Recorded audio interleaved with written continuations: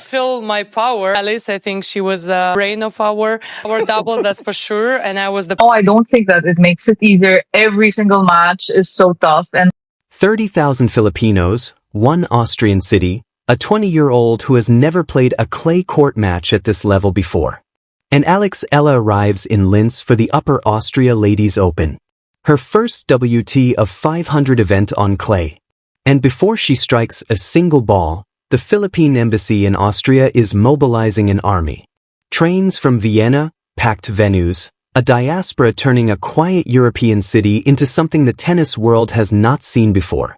While the world's #1 has been playing in front of rows of empty seats, enters Austria ranked 45 in the world after a hard-court swing that saw her reach the round of 16 at both Indian Wells and Miami. The clay represents new territory, a surface she has dominated in junior years but never proven herself on at the highest professional level. Days before her debut, she posted an Instagram story from Linz, a Filipino grocery store, the caption, "U Philippines," the Tagalog exclamation of delighted surprise. She called the store a gem. That single post told the real story. Wherever Alex Yala goes, she carries home with her. And home was about to show up in force. The contrast could not be sharper. In one corner, Aryna Sabalenka, 23 wins, 1 loss, the most dominant start to a WTA season in 2026. Multiple titles, the Sunshine Double, the #1 ranking no one is close to touching. In the other corner, reports from Indian Wells in March, fan videos circulating online, rows of empty seats during Sabalenka's matches, social media backlash over sparse crowds, the world's best player competing in a stadium that looked half interested. Now, Linz so, out of 500 event with a 30,000-seat center court. Sabalenka is not even in the draw. The top seeds are Mira, Andrea, and others. And yet drama channels across YouTube are reporting something else entirely. Claims of Sabalenka's frustration, speculation of panic, sources suggesting she cannot understand why her dominance on court does not translate to dominance in the stands. Because while she has been winning matches, Alex Yala has been winning something far more valuable. The tournament directors saw it coming before anyone else. Sandra Riel, former professional player, now the woman running the Upper Austria Ladies Open, gave an interview to ABS-CBN Sports on April 5th. Her words were unambiguous. It's great for the Philippines, Filipinos, and tennis fans to have an amazing player. Alexandra is unbelievable. Great for the Philippines. Such an amazing player. Alexandra Ayla is unbelievable. Not just good, unbelievable. Riel did not stop there. She confirmed Ella would play every one of her matches on center court, not the outer courts, not the practice courts with temporary seating, the main stage, 3,000 seats, all of them, for her because Riel knows what is coming. Reports from multiple Filipino media outlets and social media accounts detail the mobilization happening across Austria. Approximately 30,000 Filipinos live in the country, many concentrated in Vienna, just a short train ride from Linz. The Philippine embassy issued public encouragement for fans to attend. Calls to support, calls to show up. This is not a tennis tournament anymore. This is a cultural event. Put yourself in the position of any other player in that draw. You arrive expecting a standard WTA 500 atmosphere, professional, respectful, a few hundred committed fans scattered across the week. Instead, you walk into a wall of sound, thousands of voices, flags everywhere, a single name chanted over and over, and that name is not yours. While this explosion of identity and pride is unfolding in Austria, the contrast with Sabalenka's recent experiences becomes impossible to ignore. Indian Wells in March documented sparse attendance during her matches, fan videos showing sections of the stadium nearly empty. Social media posts calling it out. The backlash was real enough that tennis forums spent days dissecting it. Drama coverage from multiple YouTube channels has gone further, claiming that fans prioritized matches featuring rising stars like Ella, leading to boycotts or disinterest when the top-ranked players took the court. Reports unverified by mainstream outlets but circulating widely suggest the Miami finals suffered similar issues. Empty seats, low energy, the #1 in the world playing to a room that felt half full. Tournament officials from Indian Wells to Miami have not confirmed these claims directly, but the fan videos do not lie. The empty sections were visible. The disparity was real. And now in Linz, the contrast plays out in reverse. Aryna, ranked 45 playing her first clay event at this level, is the one drawing the center court assignment, the one inspiring cross-country travel, the one turning a quiet Austrian city into a destination. Fans who followed Alice's journey saw this coming long before the tennis establishment did. They recognized something the rankings could not measure. They understood that filling seats is not about who has the best record. It is about who represents something larger than themselves. That Instagram story posted the Filipino grocery store.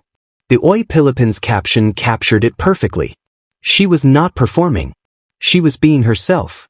Finding pieces of home in a foreign country, sharing that joy with the people who have carried her this far. When a player does that, when they make their success feel like a shared victory rather than an individual achievement, the response is not applause, it is devotion. Sandra Reichel has spent decades in professional tennis. She competed on the tour. She has organized events. She has seen every kind of player walk through tournament gates. Legends, rising stars, journeymen grinding for ranking points. When she calls Alex Ella unbelievable, she is not speaking as a casual observer. She is speaking as someone who understands what separates a good player from a phenomenon. Reichel did not have to put Ella on center court for every match. The tournament could have scheduled her on an outer court for the early rounds, saving the main stage for higher seeds. That is standard practice. That is how most WTA 500 events operate. But Rachel made a different calculation. She saw the fan interest building. She saw the Philippine embassy getting involved. She saw what was happening on social media.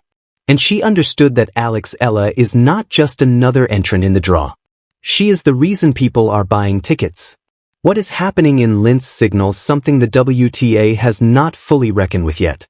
The traditional model for your seat have promote the top-ranked players. Assume fan interest follows the rankings, build marketing campaigns around Grand Slam champions is breaking down. Or at the very least, it is being challenged by a new force. Cultural identity diaspora pride. The power of representation. Filipino communities exist in nearly every major city on Earth. Over 100 million people in the Philippines itself. Millions more spread across the Middle East, Europe, North America, Asia. When one of their own steps onto a tennis court, it is not just a match. It is a validation of their presence, their worth, their place in a sport that has historically centered European and American stars. Ayala's upcoming schedule includes Stuttgart, Roland Garros, every clay event between now and the summer. If the Linz mobilization is any indication, tournament directors across Europe are about to discover what it means to host a player who travels with an entire nation behind her. Meanwhile, Sabalenka continues her dominant season. Her tennis is undeniable. Her results speak for themselves.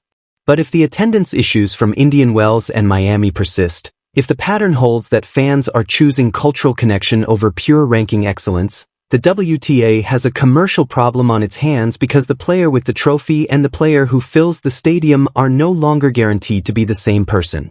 Ayla is not perfect. Miami proved that she reached the round of 16 after strong wins over Laura Simond and Magda Linette. Then she faced Karolina Muchova. The score line was brutal. 0-6, 2-6. A dismantling. The kind of loss that exposes exactly how much work remains between the top 50 and the top 10. Ayala did not post about it. No emotional statement, no lengthy reflection. Instead, she moved on, transitioned to clay preparation, flew to Austria, found a Filipino grocery store, and smiled about it. That is resilience without the performance, progress without the need to narrate every setback. Sandra Riel called her unbelievable. 30,000 Filipinos mobilized across Austria. The Philippine embassy issued public calls for support. A 20-year-old making her clay debut earned center court placement over higher seeds. And somewhere the number one in the world has been playing in front of sections of empty seats. Alex Ayala is not just advancing in tournaments. She is rewriting the economics of fan attention. She is proving that the people's champion era is not a theory anymore. It is the present reality. And the gap between ranking dominance and cultural dominance has never been wider. The fans who believed in her before the world caught up are being proven right. Not because she won a Grand Slam, not because she cracked the top 10, but because she made herself impossible to ignore by staying exactly who she is.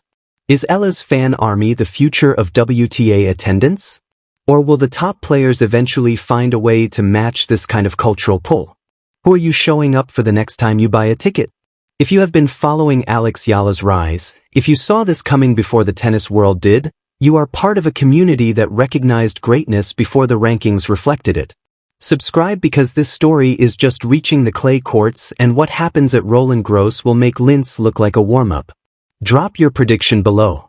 How far does she go in her first real clay campaign at this level? The believers were right. The world is watching now.